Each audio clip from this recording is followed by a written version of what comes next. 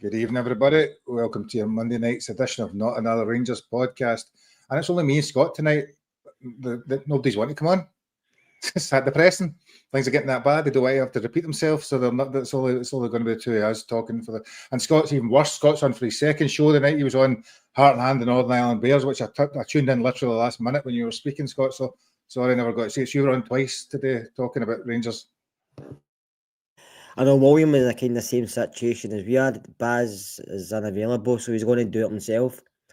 And he messaged me today, and I was working, but I got away from work for early, and I had a shoe shot to come away. But I said to him, I'll jump on me if I've got time, and I managed to get time, so I jumped on him just as well because he was trying to do it himself, and it's hard enough to do, Gary. But if you're sitting yourself for an hour trying to talk about Rangers, it can be hard at times, so I helped him out tonight. So he always has one. He can come on with us at some point when he's free.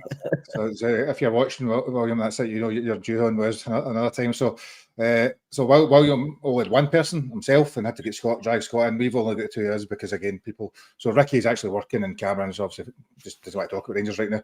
Well, I think he said he was working late tonight, so and he has been valid sick notes. Valid notes to get to it for tonight. Two of them just don't like to come on. They only come when it's good, don't they? When the results are good. Well, they'd never do it if that was the case. They'd never be seen. That's fair to say. So anyway, I welcome everybody to the Monday night show. We will discuss the game yesterday, which shouldn't take too long because it wasn't the best of games. Maybe kind of talk around what some of the issues are and whether things are as bad as they were, whether they're getting better, whether there's any shoots of improvement, is that what they call it? And we'll also preview the Dundee United game in 48 hours from now, which I'd forgot actually until about half an hour ago was actually another game. And that's the one thing I suppose as a Rangers fan, one game's done, another one comes very, very quickly around the corner and you start to hope and believe something's going to go well again until you're sadly kicked in the nuts, unfortunately. So there. Scott, so we obviously had a chat yesterday at the game, and it wasn't particularly exciting to say the least. But when we spoke at half time, it never got much better as the game went on. A lot of consternation today, lots of complaints. I see Danny Rowe starting to get in the neck. The players are getting hammered left, right, and centre. It was his first domestic drop points after 5 games. How are you reflecting on it now? What, the whole situation with Danny Rowe, or just the game yesterday? It's the game yesterday. It's just one of the games, Gary. We weren't good enough at the end of the day, but we still had enough chances to get the 3 points, but we never took the chances when they came over. We didn't create a lot of chances, but we had enough chances to win. Defensively, we were okay, but it's still not enough, Gary. We need more from these players, and I'm still giving Danny Rowe a pass. Yeah, you can criticise maybe team selection at times or substitutions, but you hear people saying the squad of players have got a crap. Then you hear him slagging Danny Rowe. So if the players are crap, you're telling everybody, how can he make them any better? Because people are saying the players aren't good enough. So basically, he's a no-win situation. Do you know that way? So I just think he's banging his head against the brick all the time with some of these players, but he's going to have to use them because we've got injuries and there's the squad quite lopsided, isn't it? We've only got one left back, got a few right backs, got a few midfielders. No many centre halves left, and so he's going to have to still use players maybe he doesn't want to use further down the line. I'm just picking up that. I've seen a comment there. Rowe will get it in the neck every week now that Farewell and Stewart are gone, and you need somebody to blame. I suppose there is an element of that. I can understand that when things are going badly and things are not as they should be, somebody needs to take the brunt of it, whether that be some of the particular players or whether it's going to be Danny Rowe. Now that Farewell, Stewart, Russell Martin, all these are gone, they need somebody else to take the whipping boy, and that's not a negative. That's not a criticism of people that want to do that. I just suppose it's just a fact of life being a Rangers. Yeah, we've all got opinions, Gary. We've all got criticise at times players, managers, and listen, they've all get slated Danny Rowe if he doesn't. The results don't improve. Don't get me wrong. If he loses every game in December, we'll probably start slating him as well. But I do think it can be. It's on the harsh side slating the boy. He's on the job at 6 weeks. His record's actually not bad since being in the door. Defensively, we're a bit better. attacking wise, we're still the same, a powder puff, but he's done better than the previous manager did, which wasn't a hard act to follow, to be honest with you, but I don't know what folk expected him to do with these squad of players. Honestly, I don't. It's like I keep hearing if somebody else was in, more experienced, somebody was in, might get better. Better for who? These players are what they are. They're not good enough. So I don't know if any other manager could get anyone out of than Danny Rail's getting, to be honest with you. Yeah, no, I do. I suppose to talk about the game itself, I might pick up on this because this probably made me the saddest. I think I said in the group chat, most disappointing thing yesterday was actually going to the game, being pretty bored when you're actually on your way there, but actually then looking around and 15,000 empty seats. And the worry is, we're starting to see this more, even after winning 4 league games in a row, there's still 15,000 people down because of the level of apathy and disillusionment by fans just after the last couple of years. Just a build-up of things. And I think what's made it, I'm not saying worse, but what's maybe accelerated it was because of the takeover. I think with the old board, people knew it was coming and people were realised, right, we maybe get a wee bump in the road or maybe, but it's just going to go along like that. I think when the takeover came, everybody was up here. They've got money to spend, they've got asked to put a new structure in, they've got all these new faces in the club. And then 6 months later, the structure, all the new faces are all the recruitment people are away, Stuart's away, the CEO's away, the director of football, the manager, others maybe leaving and one no joining. You're bringing a new manager and people are just thinking, I just came back to square one again, and they're starting to blame the Americans as well. But I just think it's Rangers Football Club in general, Gary. I don't think over the last 15 seasons we've had one league and we've been a European final, but if you're looking for consistency, we've never really had that at all, have we? Really? If you look at it, we've not really been challenging domestically for a long time. We get to the odd final.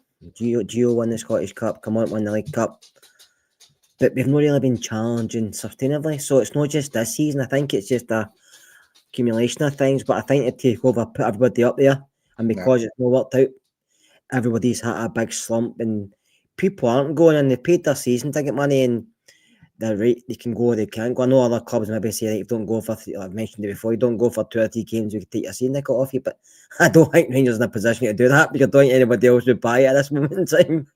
Do you think that's a worry? But I mean, not for us and American owners, but do you think we are losing fans that might never recover, or do you think it's as simple as you start to see more positive results and start to see a bit more excitement, the fans will come back quickly? I think there's a lot of different things. I think fans will come back. When you start, and you yourself, when you play poor, folk do go away. And then when you start winning, folk do come back. That's just what some fans are like. I also think it's the economy and everything else, Gary. People are a bit skint, and it's Christmas time, so people are watching where they're spending their money, maybe not going to afford to go to football, because going to football is not cheap for anybody. Even if you've got a season ticket, you still have the cost of travel to get there if you want something to eat or drink, and then stuff like that. So it is an expensive day out. Maybe folk are prioritising what they're doing and what they're not doing, and maybe folk are just saying, well, I've heard people saying as well, why should I go and watch them? Because they're not giving a shit if I'm there or not, because they're still giving the same poor performances. So I think it's accumulation of things, but I do think it's not just us that suffer that. I think it's football in general at some point in time. People are thinking, is this all worth the money? Because everything's getting more expensive and people are watching what they're doing, and me and you go, but I only do it because I've done it every week, and you've said yourself sometimes it's a habit and more than anything else you go with your daughter. So I see my sisters and that there, but that's that side of it. If I was going to myself, I might think, did I really want to travel up here myself on a Sunday and go, or will I just sit in the house and watch it? And you know what I mean? So it's a lot of different things, but I think it could get worse, Gary, before it gets better. And that's saying something. I was going to say, I see your sisters there as well, but that probably got me in trouble on Friday night. So and that's because they sit right behind me, just for those that are wondering. So I've seen a few comments. I've not really agenda, because we'll talk about the game, but it wasn't the most exciting game. There's a few comments here saying about how Danny Rose inherited a worse mess than Steven Gerrard. There's one about Warburton's why Conor Miller up front in our current squad.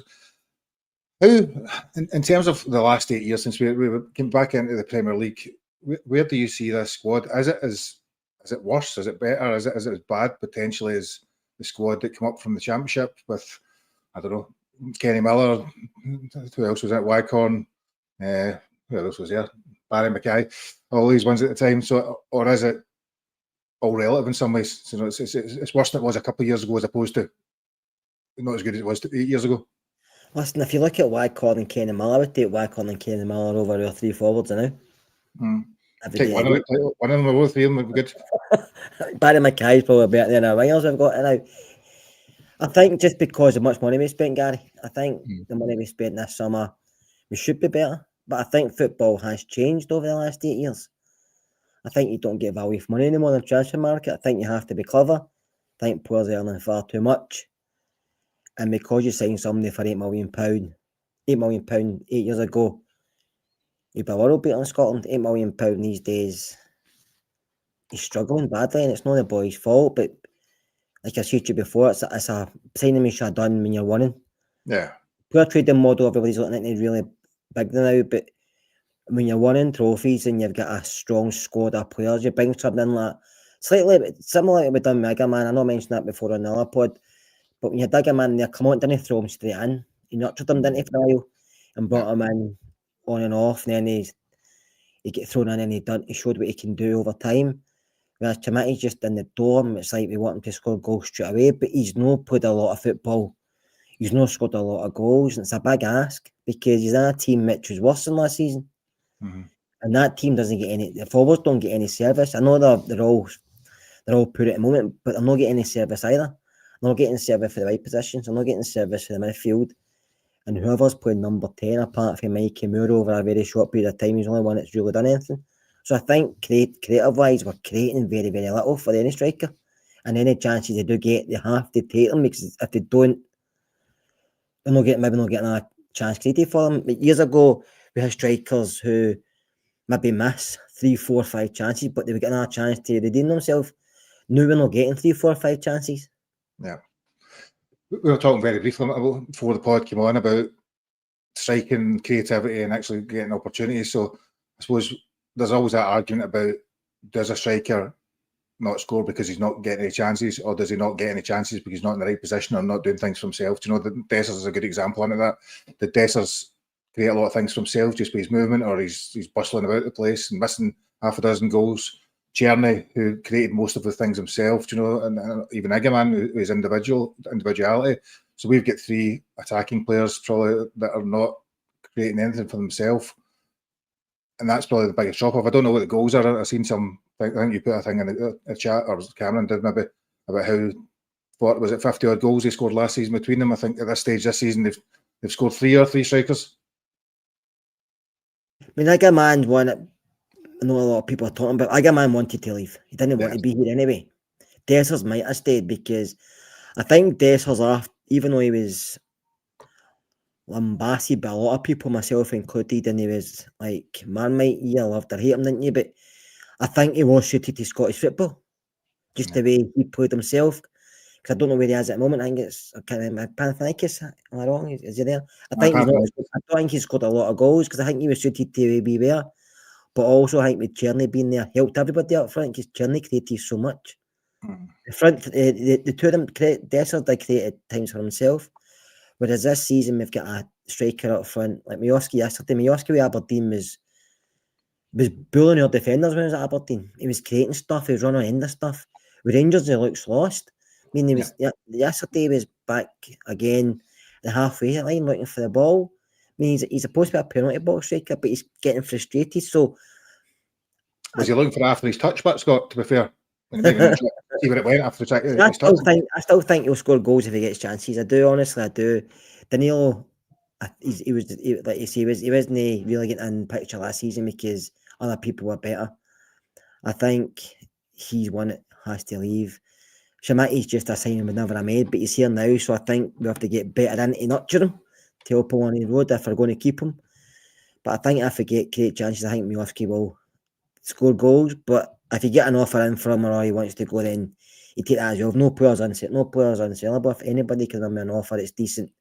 You let them go and you bring somebody else in, because I think we do need other players in, Gary. We need players who maybe not as talented or technically gifted as the players we've got, but we need folk in who are just willing to run, put a shift in and fight, because that's what we lack. We don't have anybody, apart from Conor Barron, we've got nobody that runs about. And I'm not saying Conor does that, but he runs about, but he puts tackles in, he does a hard graft. Yeah, his passing can be off, but so can Raskin, so can Deals. But when he loses it, he gets it back and stuff like that. We've not got a lot of that in the team at the moment. Yeah. So I think we need players like that who know Scottish football, because I think a lot of these guys, like, I mean, Asgard to me is a mystery. He done so well in English League. And English League's obviously technically better than ours, even the Championship. And you know yourself, Gary, he's a big boy. He's about 6 foot, whatever. 6'2" or something, 6'1", 6'2", isn't he? He looks quite physical as well, as in he's muscly and he's strong, but he hides and he gets moved off the ball very easily. He doesn't like to go into, doesn't show any aggression. I don't know why. Is he scared? Is it not his game? Is he having to maybe adjust? I don't know. It's a You've done a mystery. lot of scouting, but Scott's, you've done a lot of scouting. So he played in League One, was where he played most of his football, right? So, and I got him in the Norway squad. Now, League One, I'm assuming, in England is a pretty physical league. It is very physical, aye. So the physicality shouldn't be an issue to him, you think, based on the fact that's where he's No, played. because he done that at Wigan, but Wigan had a couple of midfielders, I can't remember their names, but they were solid. They were just in there for a fight, basically, and they done a lot of running for him. Whereas maybe we've not got that. Or maybe he's came out of Rangers and, like, I mentioned previously about the Wycombe said he never realised how physical and aggressive Scottish football was. Because he never knew anything about it. He came up here thinking it's Rangers, big club. He didn't know much about the league. And then when he played a few games, he's like, shit, this is tough. Yeah. But he said it wasn't because they were better footballers.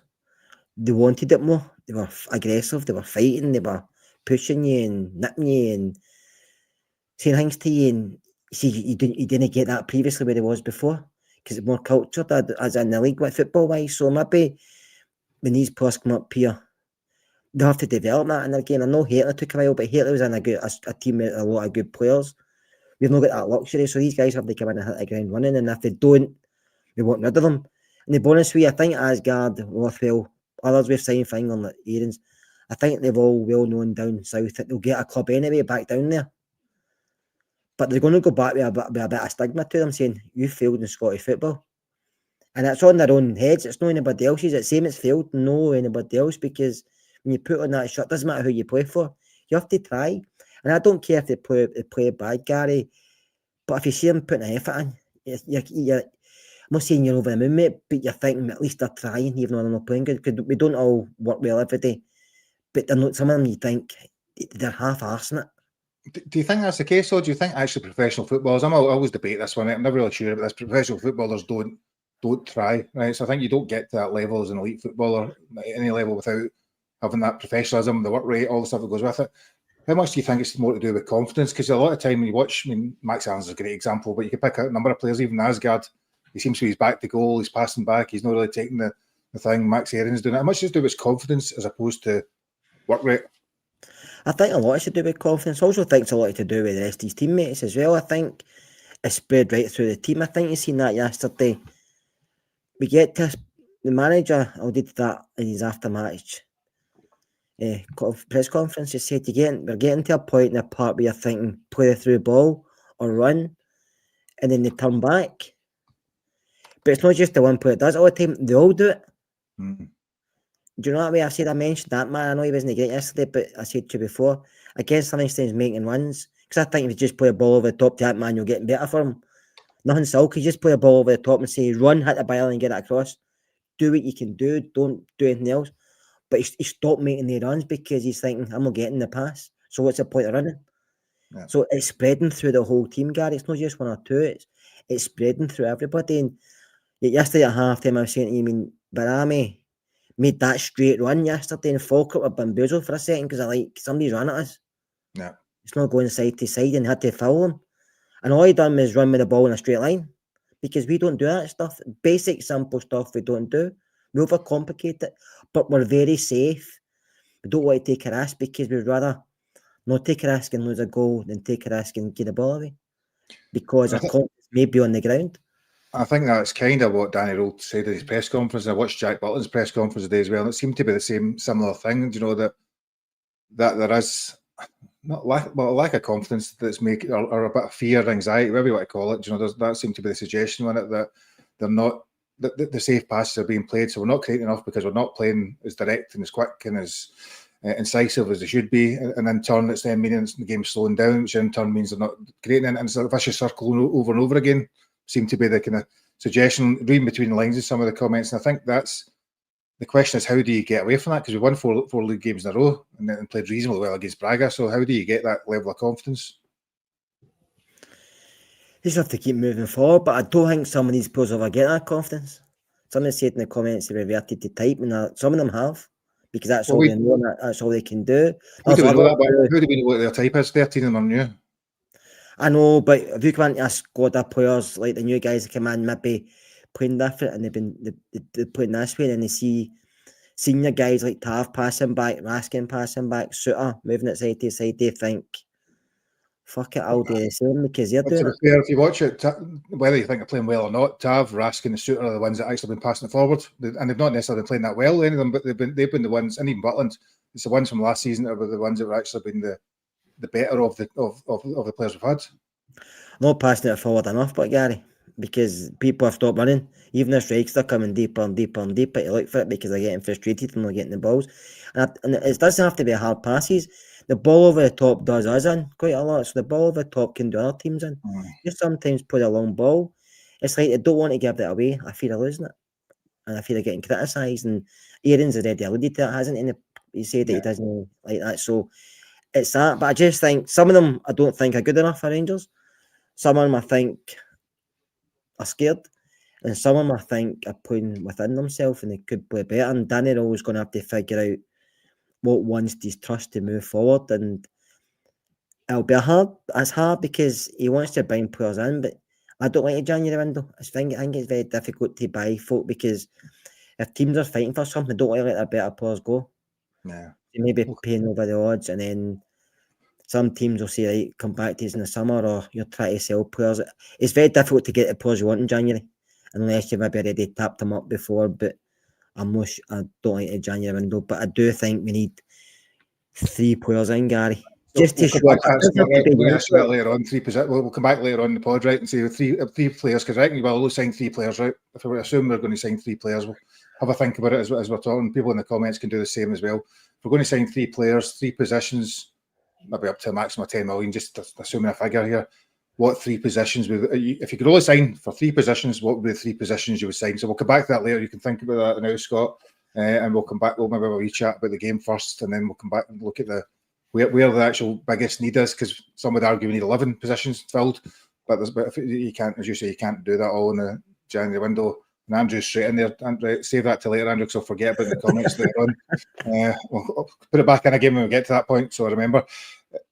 See, on the game, then, just in terms of the game itself, so just looking at the team lineup, there was a few changes. I think it was maybe 4, I can't remember off the top of my head, but Max Aaron stayed at left back. You had Giga retained his place after a horror show.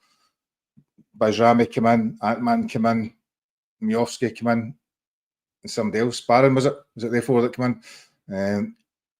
In terms of the team, I was quite happy to see Bajrami playing. I think he's probably deserved an opportunity this season, and probably over the course of the game, he's one of our better players. Ant-Man came in again, struggled significantly to get, as you say, maybe a lack of getting the ball. And Aaron's again probably never really get involved in the game. But in terms of the actual team lineup, were you content to see that? And obviously, you've seen the return of Sterling on the bench. I was going to say Raheem Sterling, but do John Sterling? I'll take Raheem Sterling now. I don't know where he is, but I will still take him. Listen, we needed changes, and they made them. And people were saying he gets 30 for his lineup, but the forward 3, Bajrami, Miovski, and Ant-Man, they're all internationalists. Yeah. Do you know what I mean? Yeah. So that should be enough to beat Falkirk. Aye. But people get slated for that, and the midfield was enough. And the Giga playing, I can understand why he went that way, because he's not got any other options. And I know NCR is he unfit, but he's left-sided. He wouldn't be replacing Giga, would he? It's Fernandez. I've heard conflicting. Is Fernandez left-sided, or is he playing on the left but right-footed? I've heard that different people saying different things about that right side as well, but I just feel maybe Anthony Arsenal played a lot and he didn't want to. And he gave you guys credit, he could have had, but he wasn't great yesterday, but he was better than he was the other night. But to be fair, I wouldn't be hard because Falkirk is good, his attacking wise is Braga. And I thought Fernandez is slowly improving. I'm not saying he's going to come out to be the greatest defender or a great centre back, but you can see he's got some attributes. It might be useful to us. And he is slowly improving. He's getting more confidence within himself. So that's good to see, considering he was written off by a lot of people because of what we spent him as well. But shows you game time has given him confidence to show, well, I'm good enough to be here. Yeah. It's interesting just picking up the defence, right? So John Stewart is obviously out injured now. I think sometimes John Stewart gets a bit of a bad press about how he's not able to play football. And it's maybe been, as you said earlier, it's maybe noticeable. The fact he can play a diagonal ball, the fact he can run with the ball, move into the middle of the park. Sometimes he did lose it a lot of times this season.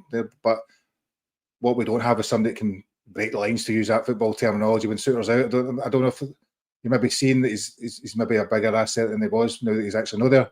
Maybe I'm being too favourable to him.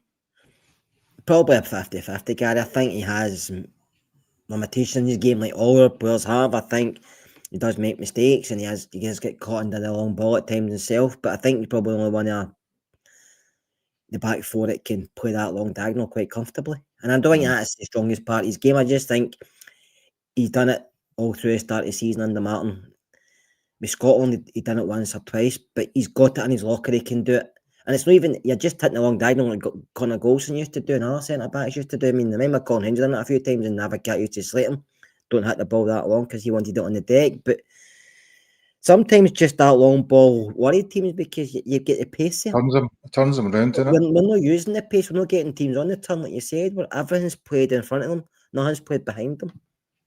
And everybody's get the back to go, which is what the issue is with Asgard and other ones. Ant-Man, they've got the back facing back the way to their own goalkeeper. He never really had his back to goal with Aberdeen because they were usually defending and hitting the break, and he was used to that. With Rangers, he's getting frustrated and he's not played well, to be fair to him, but he is getting frustrated. Danilo can't play on the left side for me. He can't play out left, so it has to be either Gassama or Curtis. I don't think Finlay Curtis is best. I think he's better through the middle, but I would still give Curtis a shot before Danilo.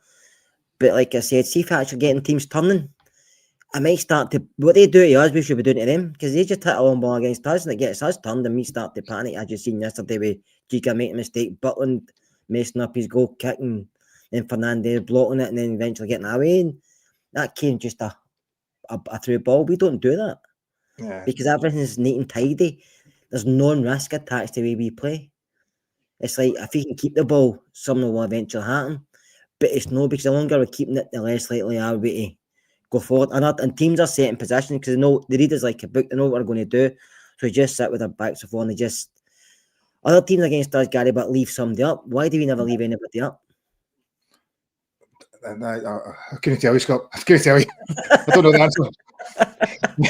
I'll get back to you on that one. So, again, every time they left that big boy up himself. But yesterday we had everybody back in our penalty area. So when the ball did come out, there was nobody there to even put the guy under pressure. It was putting the ball back into the box. Aye, that's a set piece coach hard doing that. That's a set piece coach doing that. I'm just picking up. I see a comment from Nicholas there. And we talked about this briefly. We've talked about this a few times before. Midfield is a problem for me.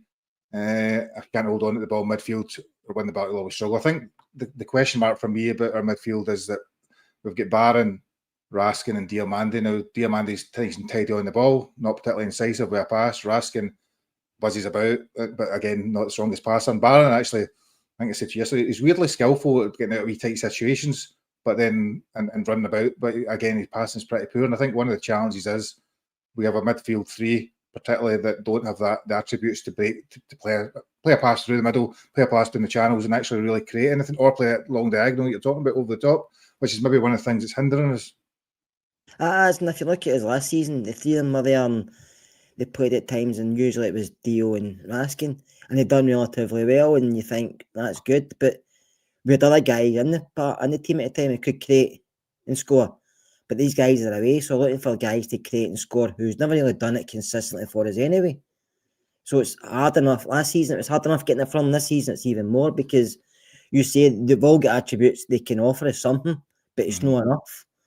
So we need something different in there because the three of them are giving us what Raskin's still, I think, he's putting within himself. He can do a lot better. Deal always frustrates me because I always feel he can do better. Yeah. But for some reason, I don't know what it is. He looks good and then he doesn't look good. And Conor Barron gives you what he gives you, and it's good to have what he gives you, but we still need better. So I would keep Barron on the side. Would I play the other two? I don't know. I think he's going to always play one of them.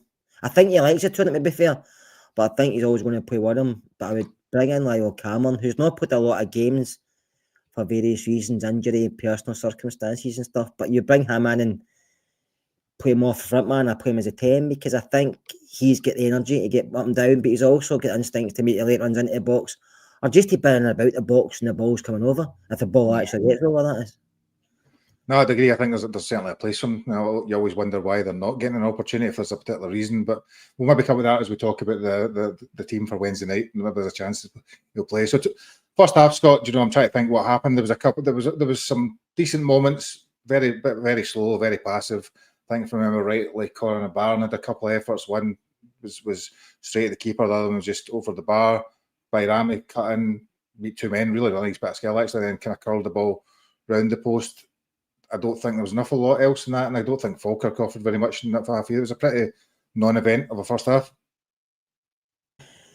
It was, Gary, aye. Falkirk were disciplined, they were the structure.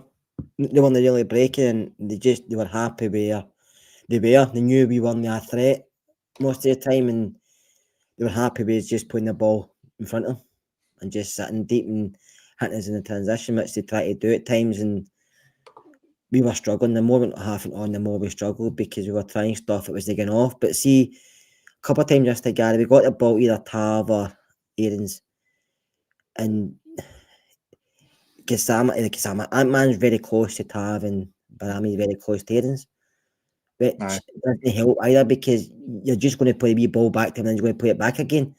So nobody's making a run off anybody anymore. Even all that stopped. Even the midfielders are very close together. Yeah. The runs have stopped because it's all this tappy stuff just to keep ball.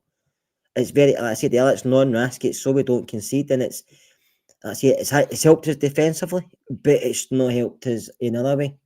We have stopped shipping goals, and that's a good thing.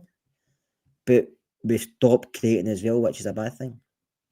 No, 100%. We probably aren't giving away that many chances now, and bar the odd mistake. That's been happening from Giga more than anything else. But we aren't giving up that much in the way of chances as we were giving up 3 or 4 glorious chances every game, probably under Russell Martin. But at the same time, we're not creating anywhere near the amount. So if you're relying on winning every game effectively 1-0, you're going to get games like yesterday when you don't score and you don't give the opportunity. You don't really create enough opportunities to score, and that's kind of. I mean, if you look at the Livingston game, the Hibs game. The Dundee game is probably the only exception. 4 league games, 5 league games in it. I think that was the only one we probably created a bit more. The rest of them have all been much of a muchness, and we've got the results been the right side of our favour. But yesterday, there was nothing really come from it. So, got the second half. I think I've seen somebody else, and we did have a couple of really good chances. Gassama and Asgard. I mean, at the end of the day, they're 2 pretty guilty as chances. We did, as you said, we were poor, very poor. But we still did create enough chances to win the game. I mean, sometimes you only need one chance and you score, but we just don't get people taking chances. Asgard has to score the header. I know, I say it was the ref blew for the foul in the centre back, but then you have to make that decision. If the ball's in the net, you have to check it and VAR, so it could have turned the other way and it could have been a goal. But Gassama done the same the other night, didn't he? He does that move, the cut back, and you think, he's hold the defender. I don't know why defenders slide because he's always going to do that. But he's got a big goal to aim for, and the only place you want him to aim is straight to the goalie. And he aims it kind of straight to Scott Bain at a height, and it was a decent save. But if he kept it low, it's a harder save. Yeah. And I don't think you realise I know Barami's running into the box. I don't know if you could have picked him out, but I know he's there. But I don't know. I just feel when he's got time to think, he struggles, Gassama. Like a lot of players do, but when he's not got time to think, he just strikes it, takes it instinct, but when he's got time to think, to put it left, to put it right, he usually picks the wrong option. I think Gassama's a frustrating. I think it's fair to say he's obviously got ability. He's got skill, he's got pace, his decision making, he's final ball isn't particularly great. I think that's sometimes, as you say, when he does instinct, cuts in and curls a shot, he looks dangerous, but he probably isn't able to do enough. And you can't rely on a 22-year-old, 23-year-old, whatever it is, maybe younger than that. You can't rely on him every week anyway when you've not got any other creativity. So he should have scored. Bad effort. There was one probably chance that Falkirk had. One shot for the kind of side that was reasonably well, comfortably saved with the keeper. Then there was obviously a bit of the blunder when Giga's back pass. I think there's about both. I mean, Giga gets the blame for it, but I think there's probably Butland was again hesitant, slow to react, and then there's a bit of a calamity before they eventually get cleared. Butland was slow to react, and it came back to Giga, and he just stopped, didn't he? He's like, I'll just stand here. Next minute, he goes down for the foul. It was never a foul because he was looking for it. And Falk, I thought it was going to be a goal, but Big Fernandez does well to block it because Butland's all at sea, and then he stands up and clears it. But that's another chance, but because ourselves, not because somebody's created something against us, it's because it's communication again. Particularly between the two of them, there seems to be a real communication issue. Numerous times this season, the two of them seem to not been the same wavelength and things. See, Jacob, but guys, if you look back at his career, he's not put a lot of football either. He's been at a few clubs, but he's not put a substantial amount of run of games. I was looking at that, and I'm not saying that's the issue, but he's still learning as well, even though it cost Wolves a lot of money. He's still learning, so you're bringing in somebody who's still learning to be your main centre-back, which was a wrong thing to do as well. But just because he cost that and he's part of an English Premiership team, you put two and two together and think this boy's a world beater, but he's still learning the football anyway. That's how he's getting nurtured at Wolves, and he'll probably never play for their first team, to be honest with you, or he might, you just never know, but he's still learning, so you don't bring him to Scotland because it's a very difficult league to learn in. If you want to toughen somebody up, maybe a midfielder or whatever, or even somebody like Mike Moore who's a bit skillful, but he's getting used to the rigours of the aggressiveness Mike Moore now. He's getting used to that, whereas Giga still wants, for a centre-back, he still wants far too much time in the ball, instead of just giving it a Peter Kane, just getting it right out the park. I just remember that advert. What was that? What was the John Smith's butter? Have it. Well, that's funny. Last funny thing Peter Kay did. We haven't seen it. There was obviously, I suppose that's a fair point, right? And this is something that seems to keep coming back, is the squad building. Like, go back to that. We've obviously bought Chiga. You say he's not played a lot of football. Gassama, we just said, inconsistent because he's young and pretty inexperienced at that level.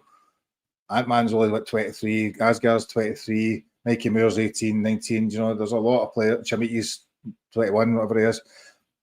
Aaron's even hasn't played a lot of football in the last couple of years. One of the biggest issues, and then you had Magoma, who's all at 20 games. The biggest issues does appear to be that we've got guys that are inexperienced, and maybe that's part of the wrong decision making. It's part of the lack of confidence. It's part of the retreating into their shell. It's been the wrong type of players bought for the wrong circumstance.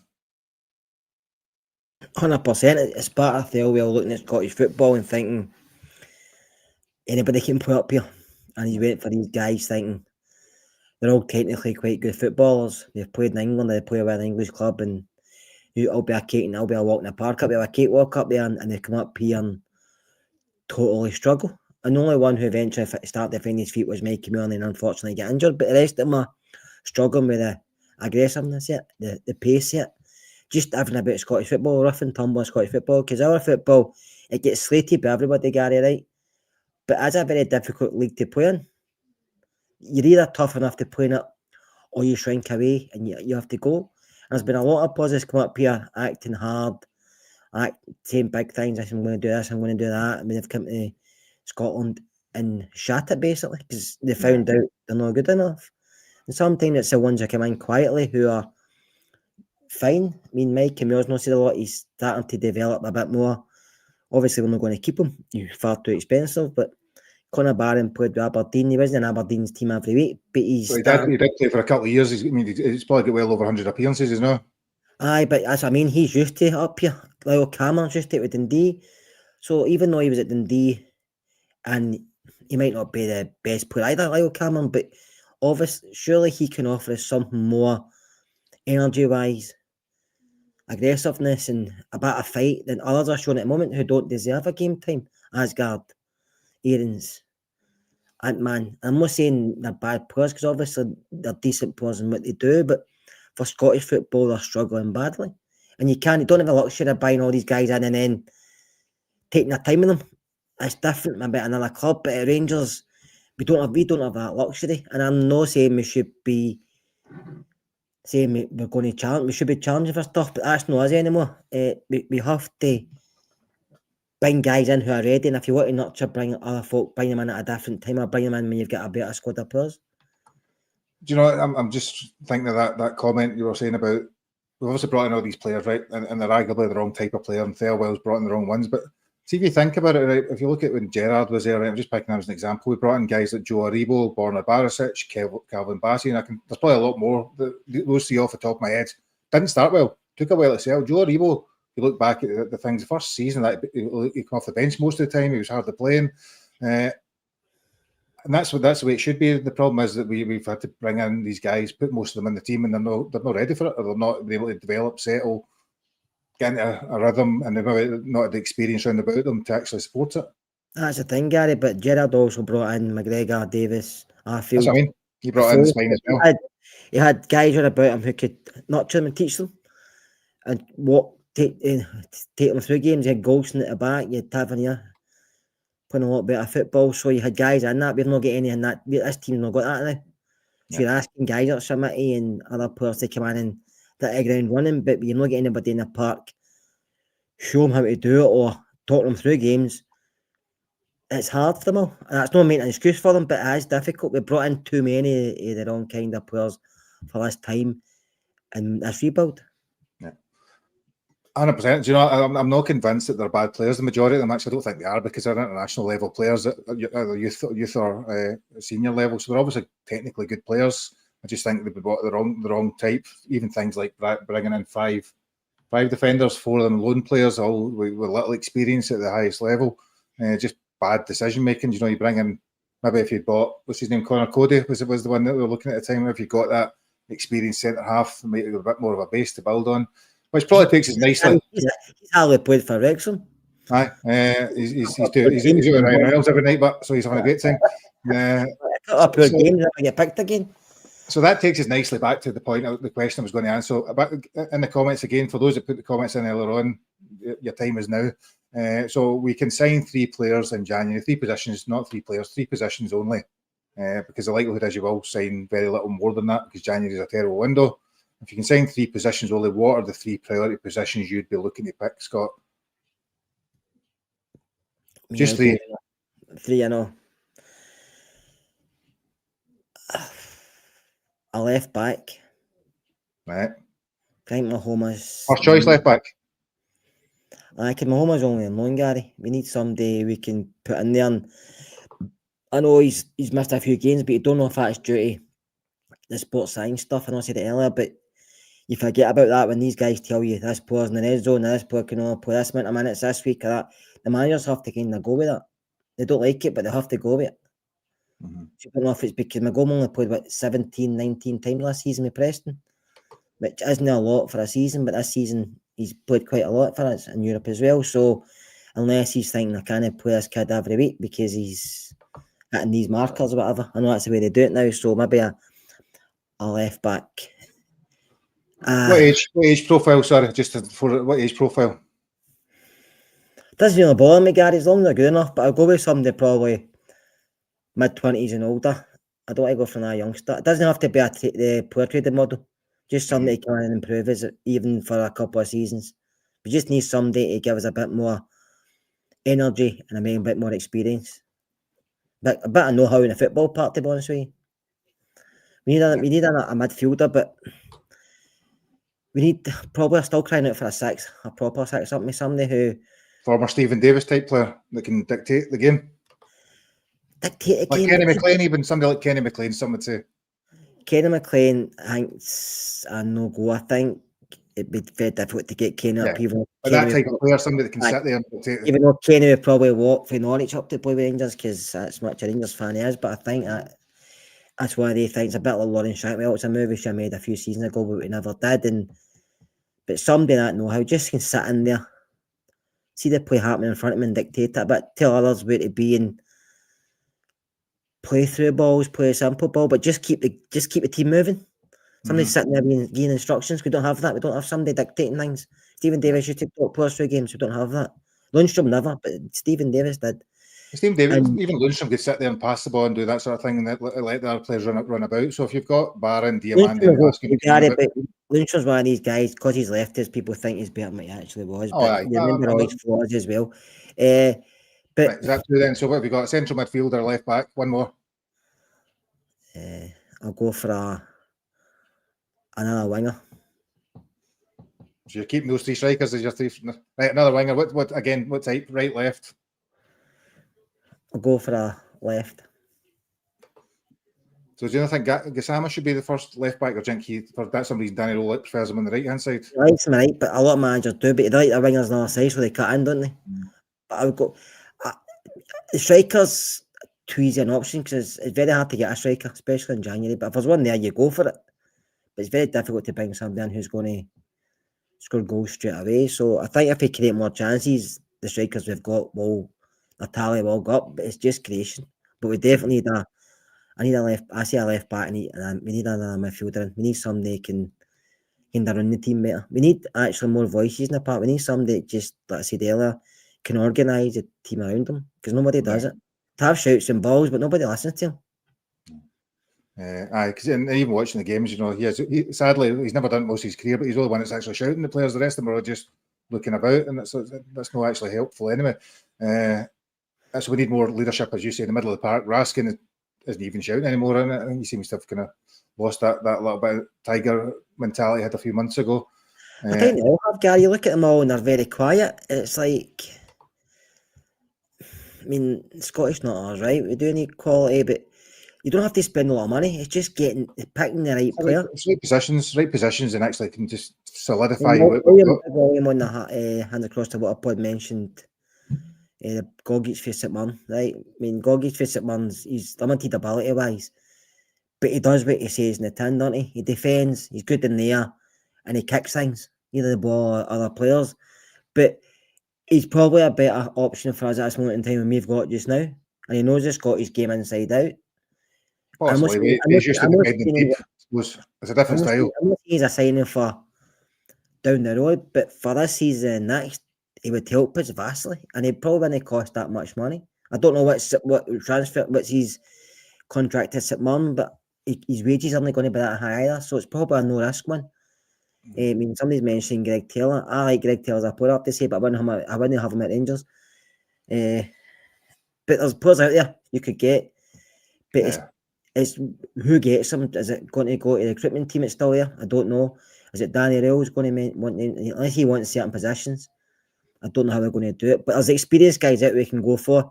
But it's been clever, Gary. But as I said to Rick earlier, we're at a stage now, Gary. The players want to come to us, because of the way we are as a club. There's always tons of players about, so we don't know the names of the players, right? So, but I can't remember. Was it last season? It was the guy for Betis. I can't remember the number 6 midfielder that was linked for a while. Even at the start of the season, there was rumours about Jordan Henderson. That type of player that would maybe do something. That experienced player. That if you look at Granit Xhaka at Sunderland, Granit Xhaka is 32, 33.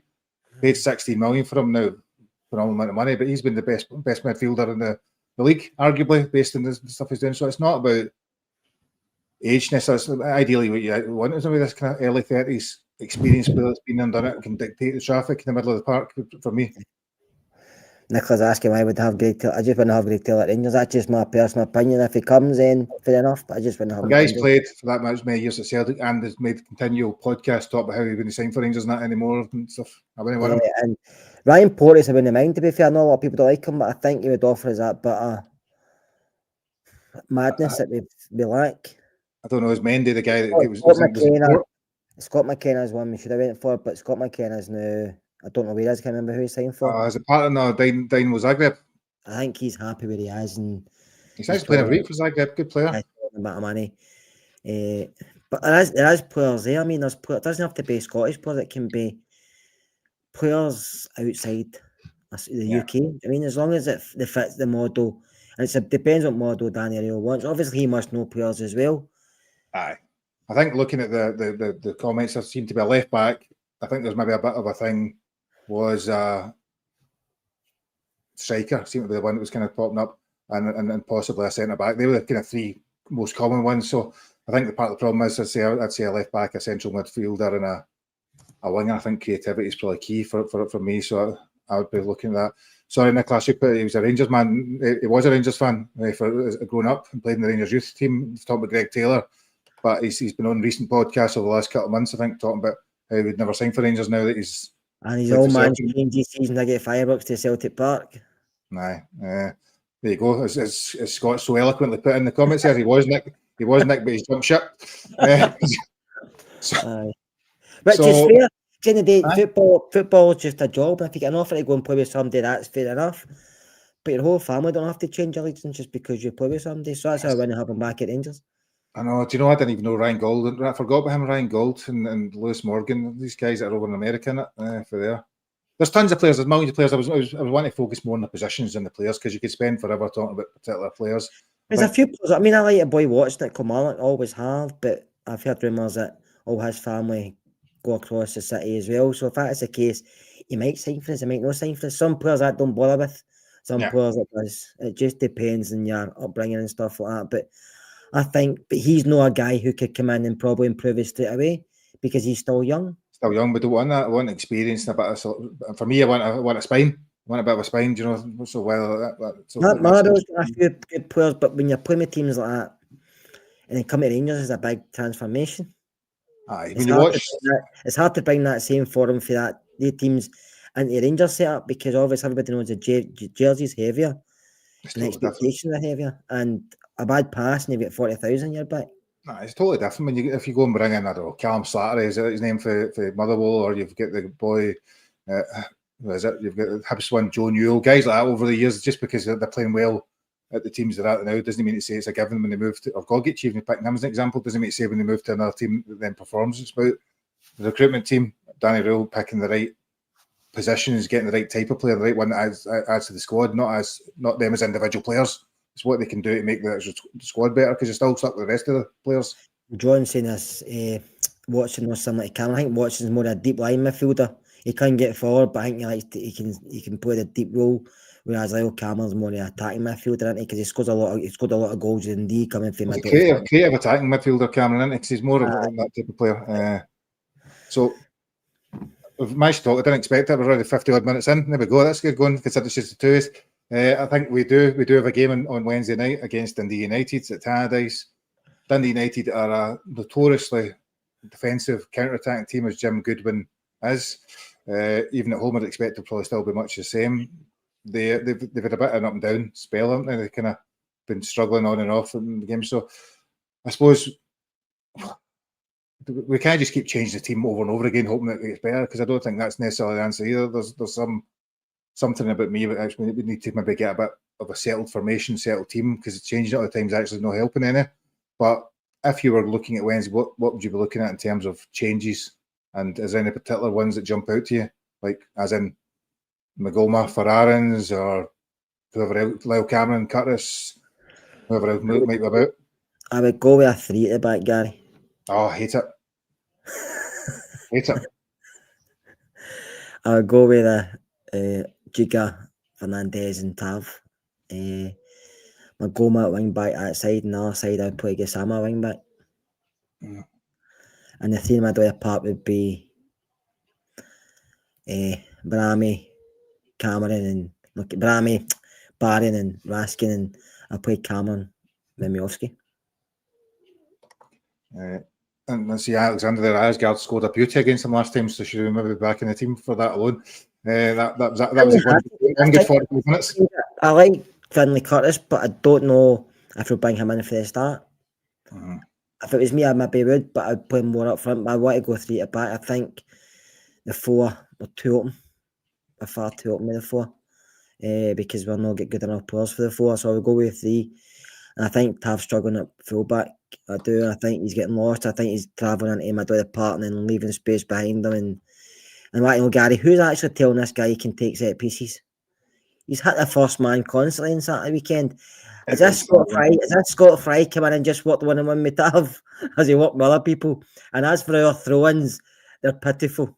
They were poor, and just wait till somebody, Aaron's or Tav runs over and takes it and throws it back the way after a lot of looking. The set pieces were pretty poor.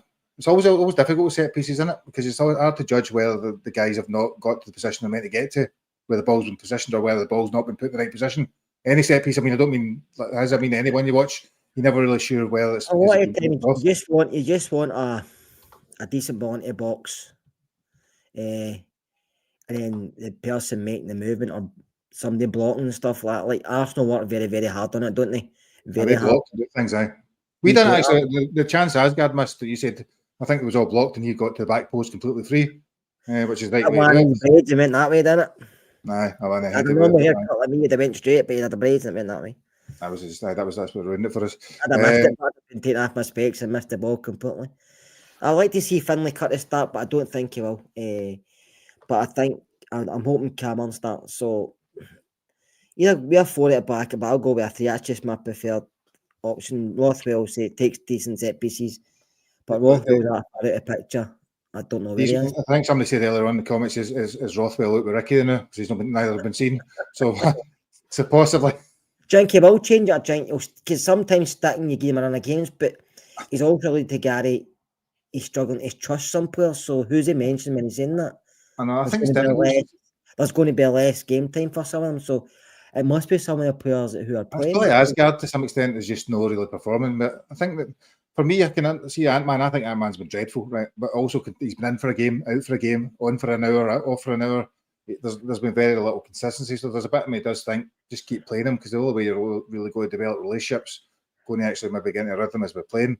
But at the same time, if you're playing that badly, you can't keep getting a game. So it's that balance in it. What's the right thing to do? Same with Asgard. I watch Asgard and I look, and the guy's got ability, and I'm thinking at some point that ability you'd like to think is going to shine through. So do you keep playing to eventually get there? But then we're now in November, and I've seen it in 45 minutes. He's got the ball at his feet. He goes by players very easily. Aye, but then he doesn't. But nowhere. He doesn't have the ball, and he doesn't move into position. He doesn't trace. He doesn't track back. He just stands there until he gets it again, which is very frustrating. Aye, I think it's interesting. But some people like to talk about Tav most of the time, but I'm not really. There's an argument that he probably should be rested because again he's played most minutes, isn't he? He's 34-year-old. There is an argument you can't play. We've now got a busy December period when we're playing week in, week out. That's December. Great. Well, sorry, I didn't realise it's 1st of December. My apologies for saying November there. He's 34-year-old. We've got 8 games. You can't play every game, surely. So there is an argument you need to rest on one of the games. So maybe Dundee United might be one of the ones to do it. So I might go with. The problem is he's going to need to play into because the rest of them are terrible. I think I'd like to see a 4-4-2. I'd like to see Arns or Tav. I don't care about one really in terms of that. You've got Giga, Fernandez, and Magoma probably. I'd like to see Ant-Man continuing to get a game, Gassama on the left. And probably there's an argument whether it's Raskin, D or Barn. It could be any two from the 3, to be honest with you. Barron's at the moment, isn't he? Barn probably then, whether it's Diamante or Raskin. Either one. Would you play Barron with Barami? Barami can sit in there. It leaves you very exposed in it. If you're playing at maybe 3-5-2, potentially, I think 4-4-2 or 4-3-2-1 or whatever it is, it's maybe a bit too exposed. Maybe Raskin and Deal, maybe leaving them out a game, might say to them, you're my go-to guys, or maybe if it's manager saying, but at this moment in time, you're only showing me what I think you can show me. So maybe leave them out, gives them a kick up the backside they need. Maybe it doesn't, but I think you have to keep Barron in there, and I think Barami, Cameron, I think you have to change up. I don't think you can go with the same players and come out with the same excuse, which is my only criticism. I don't want to criticise Daniel, but you can't see these things and play the same players again. I think you have to give everybody a fair crack in the whip. And it might lose his games, it might lose his whatever, but I'd rather see that and continue with the same guys who we know on the playing well, like Asgard. Yeah. No, I get it totally. But he's the one that's supposed to link up the midfield and the forward line, and it's not working. So is Lyle Cameron going to do any worse? No. Can he do better? Aye. Because at this moment in time, Asgard's not producing the goods. I'd like to see, actually, you're probably right, to be fair. I would like to see, if it was going to play a 4-2-3-1, let's go with that. I probably would go still with Raskin and Barron in the middle of the park, but you need the creativity. So by Rami, Cameron, and Gassama as a 3 there. with Chermite if he's fit, but if he's not, Miovski. No, he was only ill, so he might still be fit. He was only ill at the weekend. Aye. Hopefully it's, well, you never know. People, they say these things a lot of time, innit? Do you know, it's funny how, what's his name? Was it Nick Pope that was injured all of a sudden after having a howler at the weekend during the week for Newcastle? I often think sometimes that's just told you that way as opposed to the reality that they've maybe been axed. We're sitting talking about these players, but then we know what they've given us this season so far, which isn't great. And that's how I'm trying to stick up for Daniel Real, because he's getting a bit of criticism, but he can only work with the players he's got until I still feel, and I could be wrong, he could be away in the summer if he has a really bad end of the season. But until he gets some of his own guys in to play the way he wants to play, we can't really judge him. Because I'm fed up changing managers a bit like yourself, Gary, but also say if a manager's struggling, it needs change. But we can't every season have another rebuild. We're never moving forward. We're just stagnating in the same position, and time's going on, and we're just no moving anywhere. New owners are not. I do think Bayrami's got to play more. I've seen some of the comments. I mean, he's probably the one that's got a bit of creativity about him. He moves faster with the ball, and he's got that little bit of skill. So I like seeing him playing number 10 type position or in the middle of the park where he can pass the ball, basically, because I think he's probably one of the better passers of the team. I think he just needs a manager who believes him, Gary. You maybe see a bit more consistency from him. But since he's been here, he's not showing it either. He's not showing it. Showing it in the odd game. He's not showing it as badly as some of the other ones have not shown it, if that makes any sense. You can probably say his best games has been when he's been man-marking McGregor. And that games Europe, didn't he? I think. Aye, but for what we paid for him back then, he's not showing it either. And he's not the only one, like you said, but at this moment in time, he deserves a shot at it because others aren't stepping up to that mark. But we have got, if you look at a full squad, Gary, it is a very poor squad of players. And I'm not saying you said earlier maybe be better players than they are, but none of them showing there. So we're just constantly performing the same way. And I feel Daniel's done well to get what he's got out of them so far. Because he has made us tighter, but also we drew it a weekend, and it's not the worst result ever, but it's not the best result either, because you should be beating Falkirk, and the team he put out should be beating Falkirk. But people say, why doesn't he go through the players? But he can sit in the dressing room at half time and say all he wants to certain players, but as soon as they go in that park, they can say, I'll do it my way. And there's not a lot he can do apart if he sub him again. No, and we don't know what the coaching is like. We don't know what the tactics is like. We don't know what the communication is like. Do you know, it's who knows? Did they bring in somebody? So did they bring in that? Is that 22-year-old coming in? They brought in some other analyst and kind of coaching it for there. So we don't. The problem is we don't actually know, because the players nobody's performed well enough to stay in the team, but also nobody's shown enough when they're coming off the bench or getting opportunities to actually get in the team. So there's that horrible balance, I suppose, is what Kevin says there.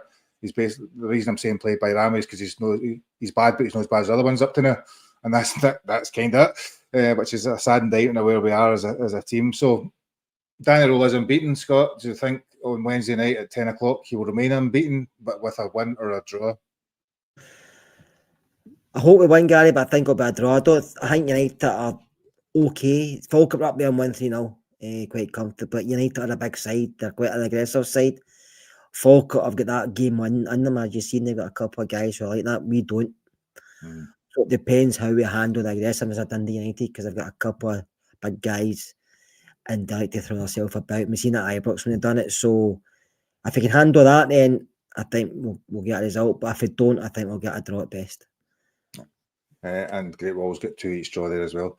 I don't know if we'll score 2 goals.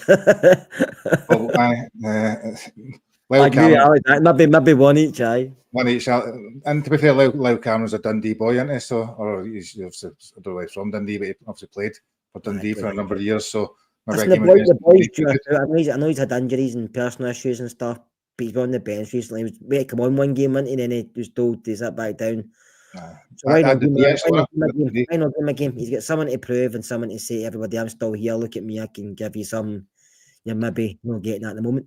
And he started well, to be fair, and he scored was it Pilsen he scored against? He played a couple of good games, then he's kind of fell out of the team, and that's sometimes can happen when a new manager comes in, things are going wrong or in about you. So I am always optimistic, stupidly so, and a bit so I'm going to go well, people were saying 3-0 Rangers, Chermite hat-trick. No, I'm not going to go that far. I'm not that optimistic. That's mental. I'm I'd probably go for a 1-0 or 2-1. I do think we can hopefully win, and I do think that we should win, because at the end of the day, no matter what we're saying, that we've got better players on paper.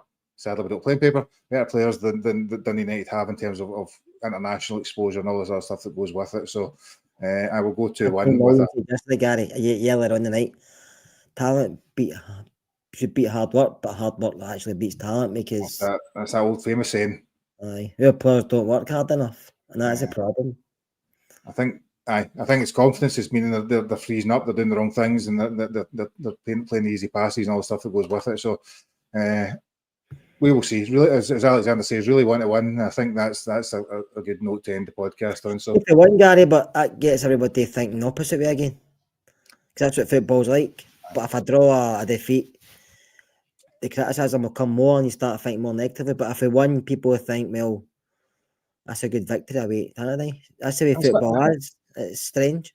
And it's maybe not a bad thing being away for Ibrox, sadly. Which is one of the more horrible things. In fact, it's maybe easier for players to play away for Ibrox nowadays than it is to play at Ibrox. Remember Ian Ferguson always telling us that years ago. Some of the players preferred away for Ibrox because they felt less pressure on them. That was during the good times, but they felt less pressure than they did at Ibrox at times. The Scottish guy he's talking about. And you've got the away fans, and they're giving you the backing kind of unconditionally, as you don't get Ibrox in the same extent. So the guy sits in front of me. Oh, he's brutal. First couple of minutes, he's on somebody's back straight away. So, what chance you got? That's it. So hopefully we enjoy Wednesday night in Tannadice, and we will be back on Friday night when we've got a game on Sunday, is it, or Saturday night? Saturday night against Kilmarnock at 8 o'clock. Because I remember those. Yeah, no, Saturday night 8 o'clock. I gave it to my nephew because Saturday night at 8. I know. I mean, you're going to get to see the wheel. Kilmarnock.